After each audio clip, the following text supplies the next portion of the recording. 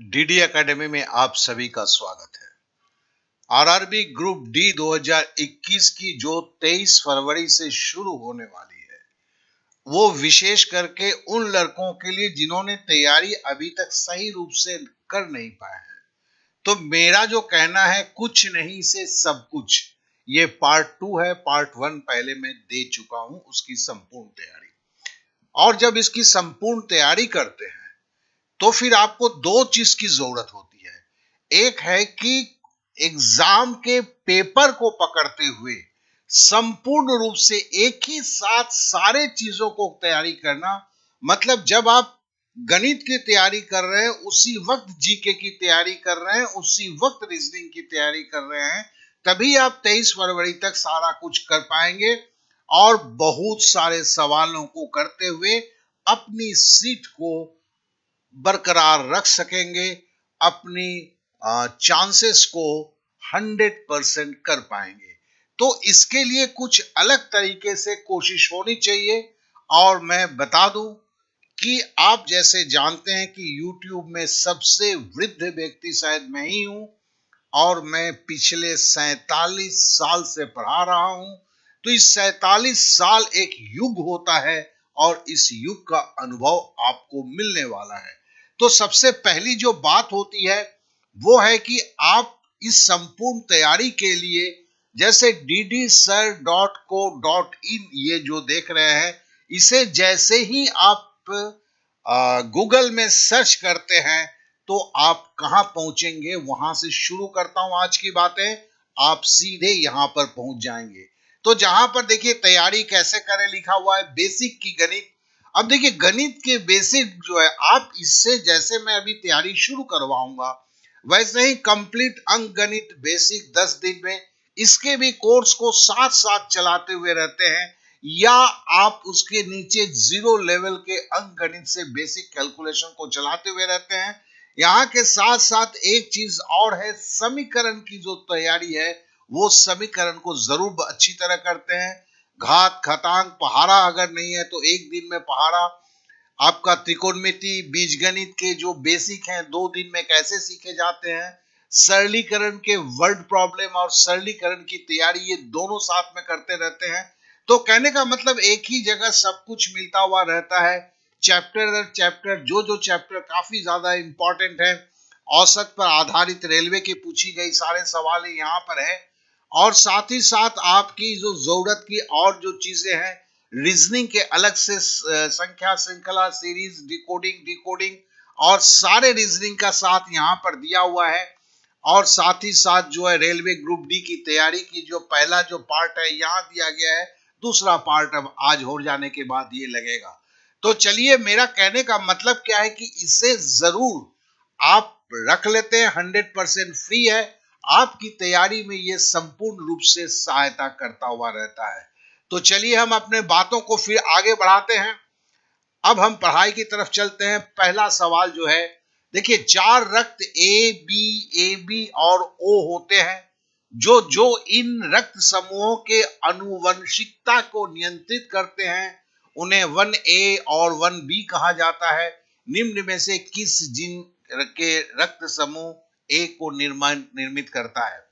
अब देखिए इसको एल कहते हैं। अगर बोलते हैं ये युग्म विकल्पी की बात है। अब देखिए इतना लंबा चौड़ा जानने की जरूरत नहीं है। आपने जैसे यहाँ पे भी बोला है ए बी और ओ, ये 4 तरह के रक्त होते हैं। अब देखिए ए टाइप के जो रक्त हैं, उसमें केवल ए एलील मिलता है, मतलब 1A होता है। तो यही इसका आंसर है, ए निर्मित होता है इससे। तो इसके लिए बी का भी जान लेते हैं। बी में केवल बी एलील होता है, इसलिए 1B बोला जाता है। ए बी का जो है, उसमें ए एलील भी होता है, बी एलील भी होता है। 0 में जो है एक्चुअली एच एलील होता है, इसलिए हम इसे रोमन के 2 से हम दिखाते हैं। तो ये थोड़ा सा खाली याद रख ले। इस पे ऊपर यही सवाल जीन युग्म के ऊपर अगर होता है, जीन के ऊपर से जुड़ा हुआ बातें होती हैं, तो इसी बात को आप जान लेते हैं तो इस तरह के सवालों को कर सकते हैं। चलिए हम अगले सवाल पे चलते हैं। तो अगला सवाल आपके सामने अभी है, उस विकल्प को चयन करें जो तीसरे शब्द से ठीक उसी तरह संबंधित है जिस तरह दूसरा शब्द से पहले शब्द से है। देखिए, गर्म के साथ ठंडा एकदम विपरीत है। बोलना के साथ क्या होगा? बोलना के साथ शांत नहीं होता है। बोलना, बात बोल रहे हैं। मौन का मतलब होता है जो बात नहीं बोलता है। तो इसके लिए बोलना का विपरीत शब्द अगर है, क्योंकि गर्म का विपरीत ठंडा है, बोलना का विपरीत आपका मौन होगा, जो बोलता नहीं है, चुपचाप है। तो यही इसका उत्तर है। अब अगले सवाल पे चलते हैं। अगला सवाल दिया गया है, दिए गए कथनों और निष्कर्ष को ध्यानपूर्वक पढ़ें और चुनें कि कौन कौन से निष्कर्ष तार्किक रूप से कथनों का अनुसरण करते हैं। बोला गया सभी तरल पदार्थ द्रव है, ये कथन है।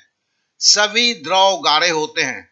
तो देखिए, इसको हम चित्र में कैसे प्रदर्शित करेंगे।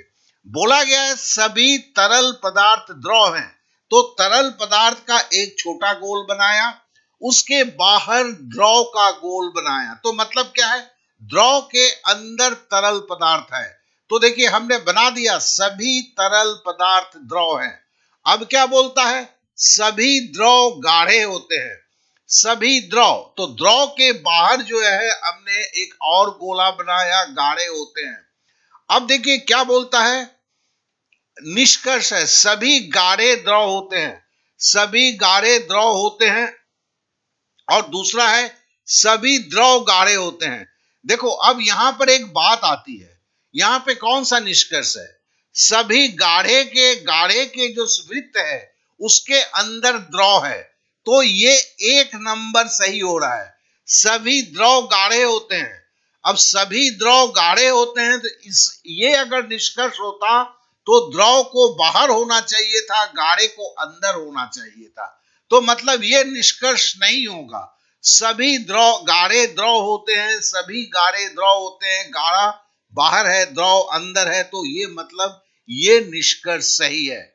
तो हम केवल बोल सकते हैं केवल निष्कर्ष एक को अनुसरण कर रहा है, ये निष्कर्ष जो है। इसलिए 2 नंबर इसका सॉरी, इसमें जो है ये गलत लग गया है। ये केवल एक नंबर को सभी गाढ़े द्रव हैं। सभी द्रव गाढ़े हैं। सॉरी सॉरी, ये 2 नंबर को करेगा। सभी द्रव जो है वो गाढ़े हैं, द्रव अंदर है, तो सभी द्रव गाढ़े हैं, तो ये 2 नंबर को अनुसरण करेगा। इसलिए निष्कर्ष 2 को अनुसरण करता है।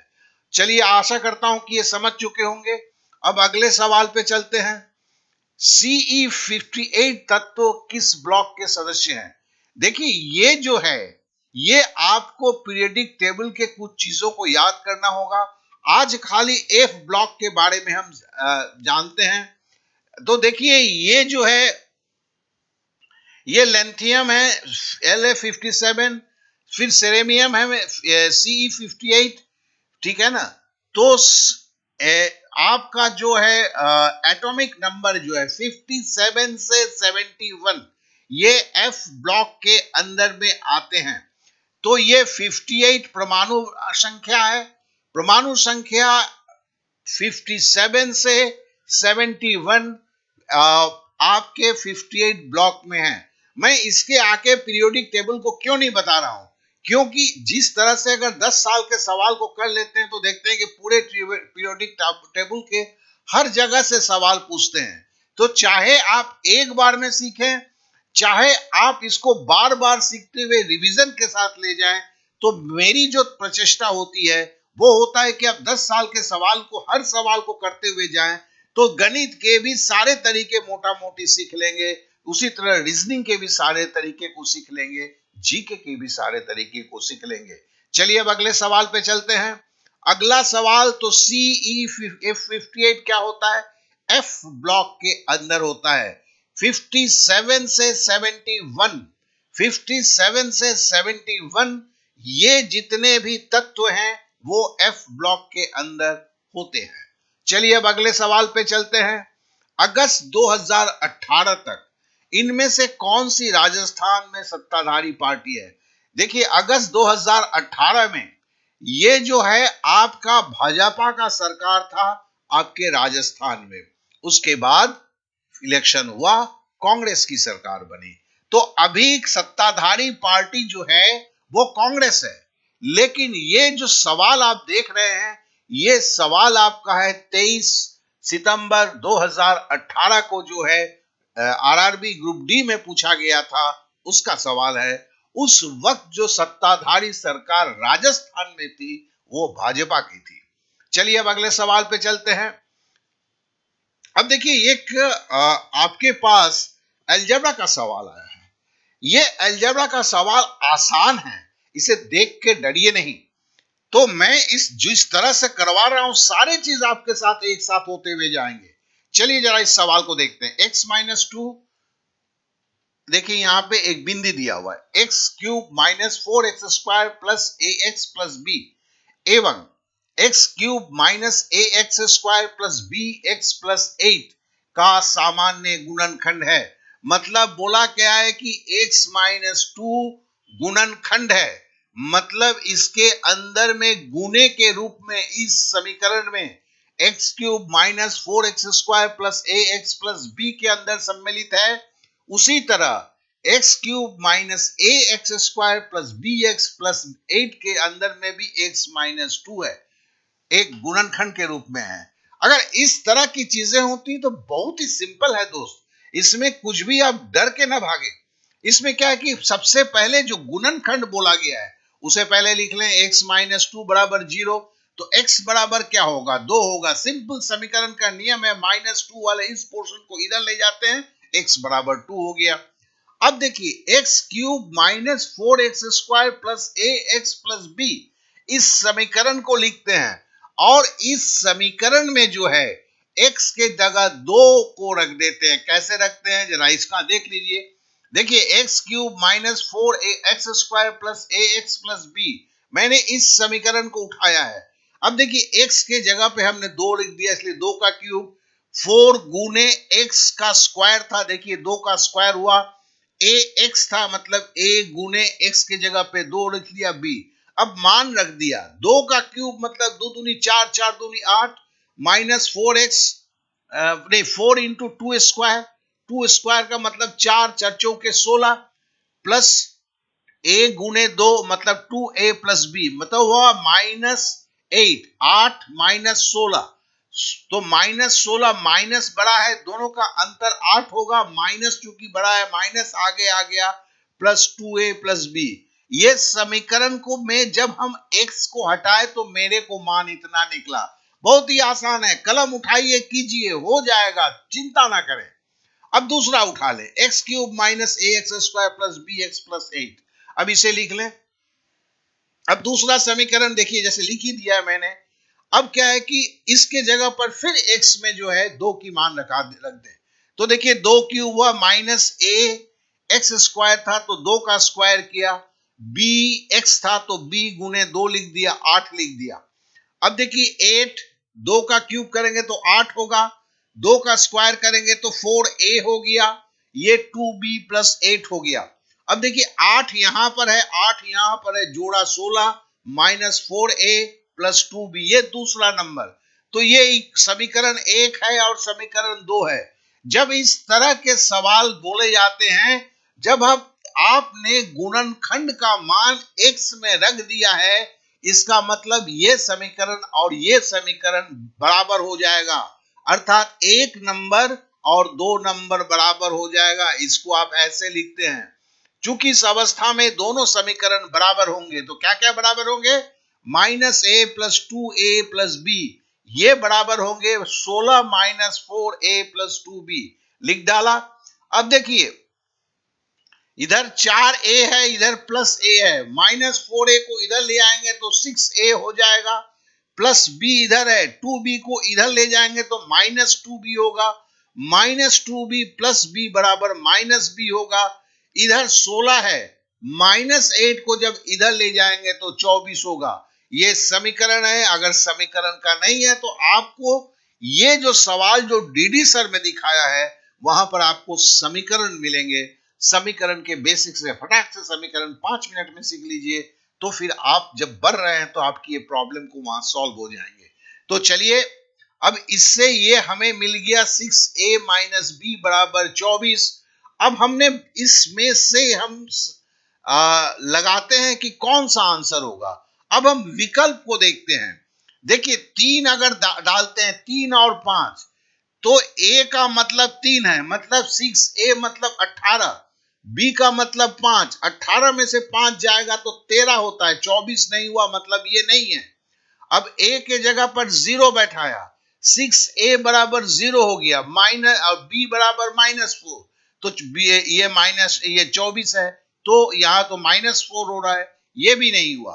अब 3 नंबर के विकल्प को यूज करते हैं, a के जगह पे 2 लगाते हैं, मतलब 6 दूनी 12, और -4 है, माइनस इंटू माइनस प्लस 4, 12 और 4 16, लेकिन यहां तो 24 है। अब यहां पे 4 और 0 का मान रखते हैं, 4 से रखते हैं तो क्या होता है, 4 छक्के 24, माइनस बी 0, 24 माइनस 0 24 है, इसलिए हमने बोला कि यही से है। तो पहले आपने क्या किया, पहले आपने जो गुणनखंड है उससे x का मान क्या रखेंगे वो आप निश्चित कर लिए, फिर इन दोनों समीकरण में रखे, तो आप एक जगह पर पहुंचे जिसे आपने 1 नंबर लिखा, फिर दूसरे समीकरण में फिर x के मान पर रखा, ये 2 नंबर हुआ, दोनों को आपने बराबर किया, बराबर करने से a b को एक तरफ रखा, मान को एक तरफ रखा। अब विकल्प में a और b का मान को रख के आप देखते हैं कि वही मान जो आपका निकला हुआ है वही आया है या नहीं। तो इस तरह से देखिए, आज के बाद अगले बार जो है इस तरह के सवाल आएंगे, फिर से आएंगे इस तरह के सवाल, तो मतलब है कि अगले 10 सवाल तक करेंगे तो आपकी रिवीजन भी होती जाएगी, और रिवीजन चूंकि 3-4 दिन के बाद ये सवाल मिलते जाएंगे, तो आपकी रिवीजन भी पक्की हो जाएगी। तो जान लें, कुछ नहीं थे, सब कुछ जो है ये इस तरह से है। अपने पढ़ने के विधि को थोड़ा चेंज कर लो दोस्त, सब कुछ सही हो जाएगा। चलिए अगले सवाल पे चलते हैं। अब है कि विंबलडन में 2018 में महिला का सिंगल में स्पर्धा का विजेता कौन थी, तो इसमें देखिए सेरेना विलियम्स को हरा के एंजेलिक कर्बर ने 2018 के ग्रैंड स्लैम को जीता हुआ था। अब है कि अब जरा हम ग्रैंड स्लैम 2020 के विजेता को थोड़ा सा याद कर लें।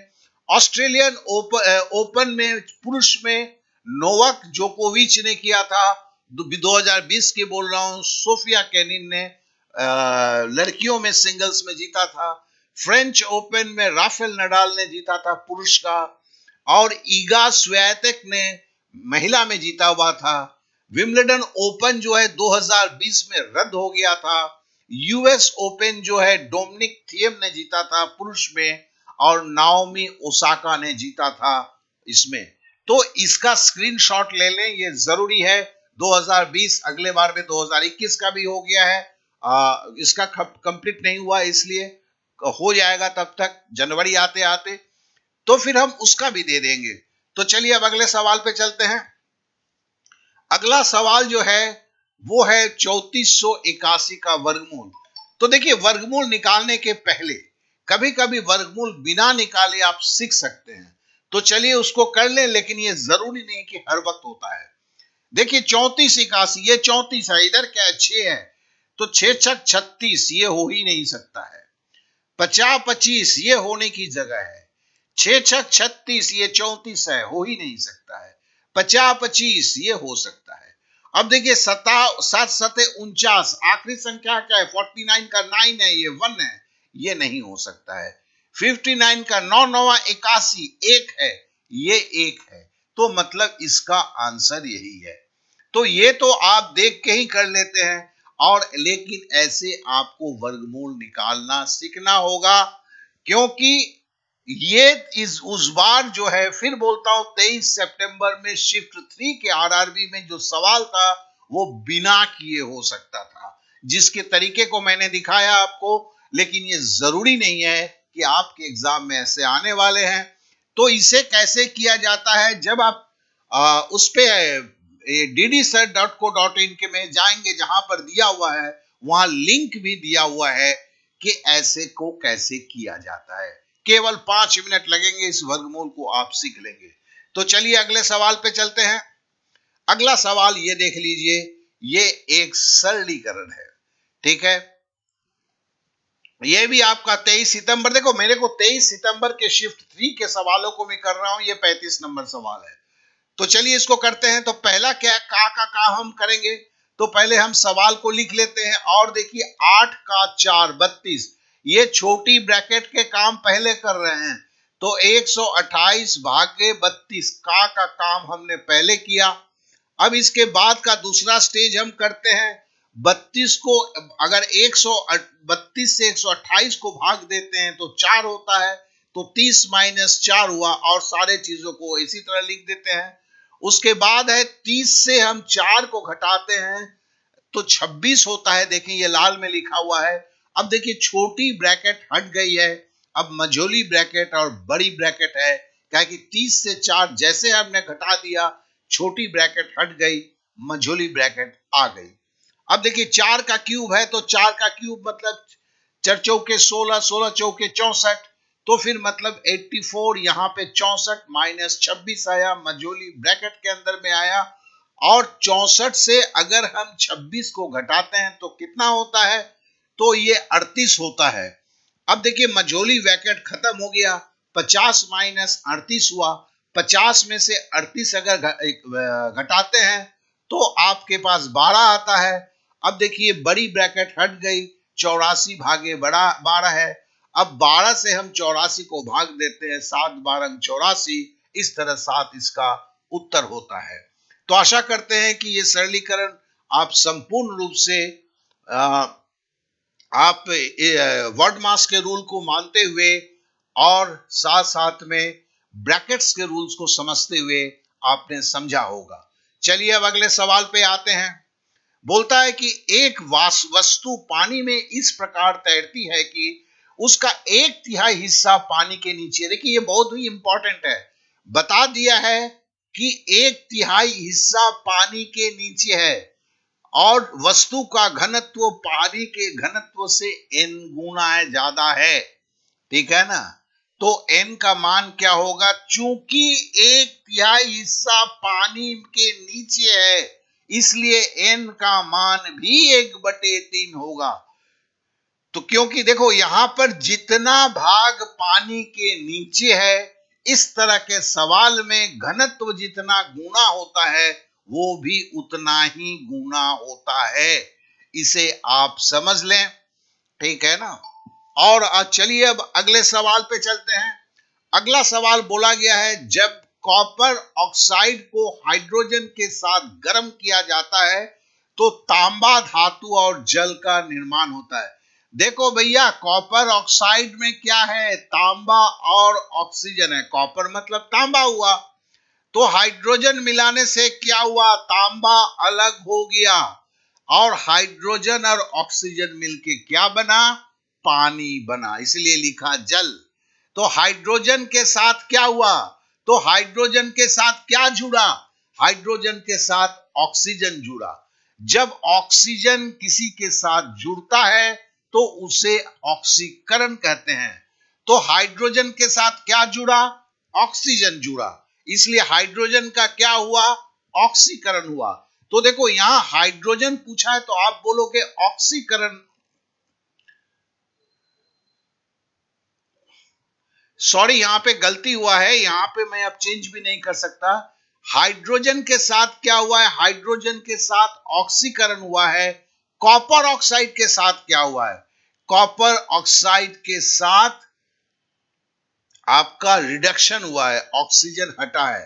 हाइड्रोजन के साथ ऑक्सीजन जुड़ा है तो हाइड्रोजन का ऑक्सीकरण हुआ है, और कॉपर ऑक्साइड से तांबा निकला है, इसलिए कॉपर ऑक्साइड का अपचयन हुआ है। यहां पे गलती हुआ है, लेकिन मैं यहां पर लिख नहीं सकता, इसे आप जरूर सही कर लेंगे, आई एम सॉरी, ये प्रिंटिंग मिस्टेक है।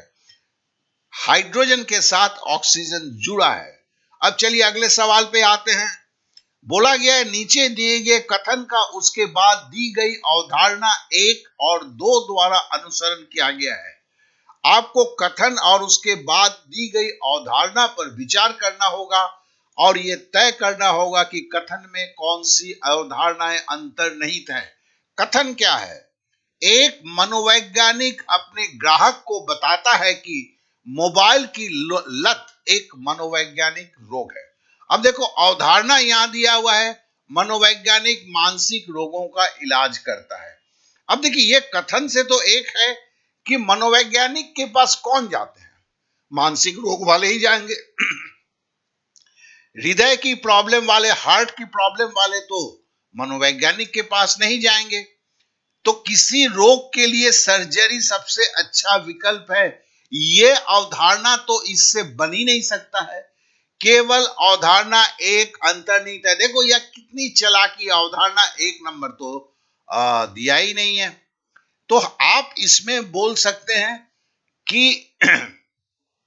ये जो है केवल अवधारणा एक अंतर्निहित है, यही इसका सही जवाब है। मतलब मनोवैज्ञानिक मानसिक रोगों का इलाज करता है।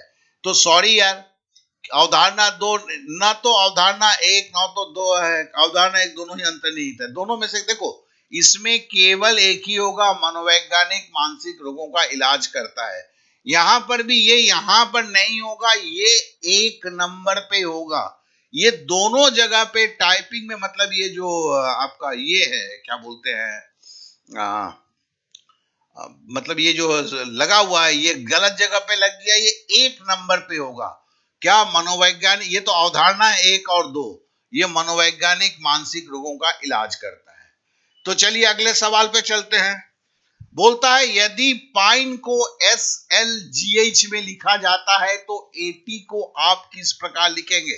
तो पाइन को पहले लिखते हैं और देखिए PINE, अब क्या होता है देखते हैं। P जो है S में चेंज हो गया, तो देखिए P को छोड़ दो, QRS, मतलब P संख्या S में जब गई तो 3 संख्या के बाद वाली संख्या V, पहले को छोड़कर P को छोड़ के QRS, ये 3 संख्या है। I के बाद JKL, देखो तो मतलब ये संपर्क दिखाता है, P के साथ S का संपर्क, I के साथ L का संपर्क। N का भी देखो MNOPQ, मतलब तीसरा संख्या है। E का भी देखो, E के बाद FGH, तो ये संपर्क समझ में आ गया। अब A के बाद A को छोड़ो, BCD, D आ गया। फिर T का देखो, ST, T के बाद UVW, ये W आ गया। E का है, E को छोड़ो, FGH, H आ गया, DWH, ये DWH आ गया, मतलब यही इसका उत्तर होगा। तो देखो हम सारे चीजों को सीख रहे हैं और बेसिक से ही उठा के सीख रहे हैं। तो एक साथ सारे चीजों को सीखो ना, तो एक साथ तैयारी होती है और ये चीज बार बार आता हुआ जाता है, तो सीखना संपूर्ण हो जाता है। चलिए अब अगले सवाल पे चलते हैं। अगला सवाल है, एक गांव में 15% महिलाएं हैं और पुरुष 272 हैं। भैया अगर 15% महिलाएं हैं तो पुरुष कितने प्रतिशत हैं? कहे कि आबादी तो 100% होती है, तो 85% महिला पुरुष हैं, तो 85% हमने पकड़ लिया एक्स का। एक्स क्या है? गांव की जनसंख्या है, उसकी 85% बराबर 272 बोल दिया गया है। तो 85% को कैसे लिखा जाता है? इसके पहले वाले में प्रतिशत को हम बटे 100 कर देते हैं। देखो x गुना 85 बटे 100 बराबर 272। अब x का मान निकालना है, क्यों? x ही तो गांव की आबादी थी, तो 272 ये 100 भाग में था, इधर गया तो गुना में हो गया, नीचे 85 हो गया। अब देखो 17 से 5 से काटते हैं, 17 पचे 85, यहां 17 हुआ और 5 से यहां काटे तो 20 हुआ। और 17 को अगर हम यहां काटेंगे तो 17 एकम 17, तो आपका 27 से 17 अगर बाद देंगे तो 10 बचेगा, 102, 17 छके 102, तो 16 हो गया। 16 को 20 से गुणा किया तो 320 हो गया। इस तरह से 320 इसका उत्तर हो गया। चलिए अब अगले सवाल पे आते हैं। इनमें से कौन सा, देखिए ये सब 23 सितंबर 2018 के शिफ्ट 3 के सवाल है। इनमें से कौन सा प्राचीन साहित्य है जो भारतीय संगीत और नृत्य के बारे में बताता है, जैसे महाभारत, रामायण, नाट्य शास्त्र और भगवत गीता। तो इसमें नाट्य शास्त्र है जो उस वक्त लिखा गया था भरत मुनि द्वारा, और इसमें 36 अध्याय हैं। तो यह भरत मुनि द्वारा लिखा गया, क्योंकि संगीत और नृत्य भी हमारे जीवन के लिए अत्यंत जरूरी है। वो उस वक्त के मुनियों ने भी समझा था कि जीवन को सुगम सहज बनाने के लिए नाट्य शास्त्र की भी जरूरत है। तो भरत मुनि ने उस वक्त लिखा था संगीत और नृत्य के बारे में, जो एक योगी थे, मानस थे, और इसके 36 अध्याय हैं, वो नाट्य शास्त्र है। अब अगली सवाल पे चलते हैं। अगला सवाल जो है वो है श्रृंखला की अगली संख्या क्या है। ऐसे में जब भी करेंगे ना, जब श्रृंखला का है, सबसे पहला रूल समझ लीजिए। पहला रूल है कि आप देखिए 18 से 13 को घटाएंगे, घटाना सीखिए तो 5 हुआ। 28 से 18 को घटा है तो 10 हुआ, देखिए 5 हुआ, ये 10 हुआ। 43 से 28 को घटाएंगे तो 15 होगा, तो देखिए 5, 10, 15। 63 से 43 को घटाएंगे तो 20, तो देखिए 5 बन रहा है। 18 से 13 घटा है 5 था, 28 से 18 घटा है 10 हुआ, 5 का डबल हुआ। 43 से 18 घटा है, फिर 10 में 5 जुटा 15। अब 63 से 43 घटा है तो क्या हुआ, 15 से 20 हो गया। अब आखिरी क्या होगा, तो संख्या तो 25 होगा। 25 को 63 के साथ जोड़ेंगे तो 88 होगा। तो इस तरह से संख्या जो है आपका 88 होगा। आशा करता हूं कि आज मेरे को इतना ही बन पाया है। मैं हर दिन 25 देने वाला था, लेकिन आज थोड़ा कम हो गया है, इसके लिए मुझे क्षमा करेंगे, और ये चीज को अगले इसमें जरूर हम पूरा करेंगे।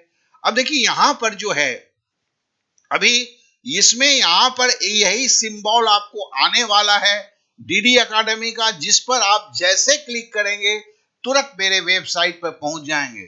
तो जैसे मैंने बोला था कि या तो आप सर्च करें, या यहां पर जो आपका अभी सिंबल दिखने वाला है उस सिंबल पे क्लिक करेंगे तो तुरंत वेबसाइट में पहुंच जाएंगे।